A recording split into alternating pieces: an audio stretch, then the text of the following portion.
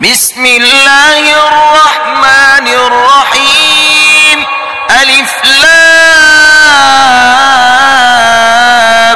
ميم.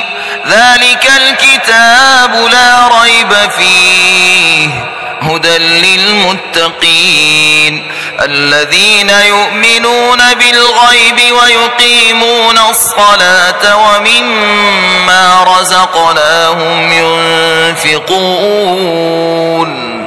والذين يؤمنون بما أنزل إليك وما أنزل من قبلك وبالآخرة هم يوقنون أولئك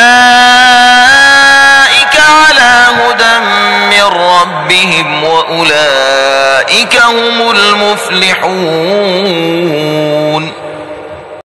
صدق الله العظيم.